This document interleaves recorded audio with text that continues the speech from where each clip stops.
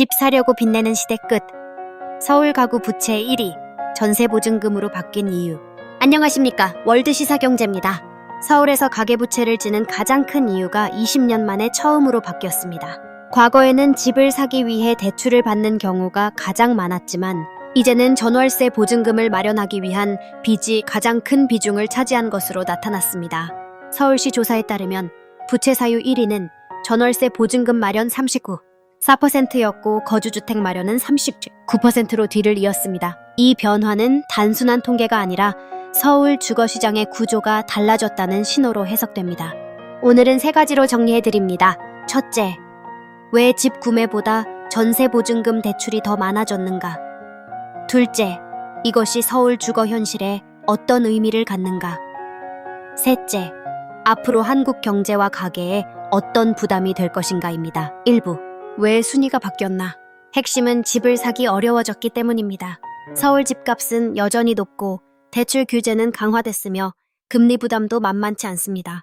과거에는 무리해서라도 내 집 마련에 나서는 가구가 많았지만 지금은 매수보다 거주 자체를 유지하는 것이 더 현실적인 선택이 되고 있습니다.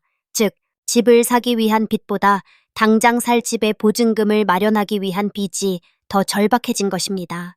이건 부동산 투자 시대에서 주거 생존 시대로 넘어가고 있다는 뜻이기도 합니다. 2부, 무엇이 달라졌나?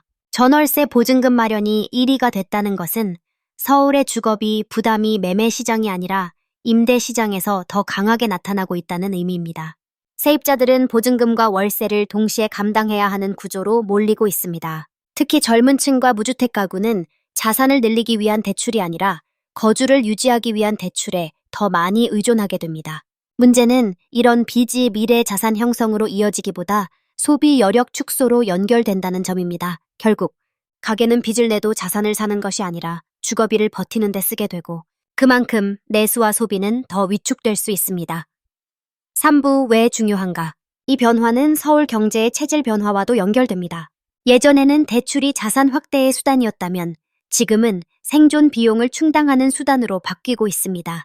서울 가구 부채 사유를 보면 부채 상환 7%, 거주주택 외 부동산 마련 3% 사업자금 7% 생활비 마련 D, 5% 금융투자금 마련 4% 순으로 나타났습니다. 이 수치는 가계가 공격적으로 투자에 나서기보다 방어적으로 버티고 있다는 점을 보여줍니다. 특히 생활비와 사업자금보다 주거 관련 부채 비중이 압도적으로 높다는 것은 서울 시민들의 경제 압박이 주거비에 집중되고 있다는 뜻입니다. 결론부터 말씀드리면 서울은 지금 내 집 마련의 도시가 아니라 주거비를 감당해야 하는 도시로 바뀌고 있습니다. 집을 사기 위해 빚을 내던 시대가 약해지고 살기 위해 보증금을 빌리는 시대가 강해졌습니다. 이 흐름이 계속된다면 가계의 자산 형성은 더 어려워지고 소비와 출산 이동과 창업까지 함께 위축될 가능성이 큽니다. 부채의 목적이 바뀌었다는 것은 경제의 온도가 바뀌었다는 뜻입니다.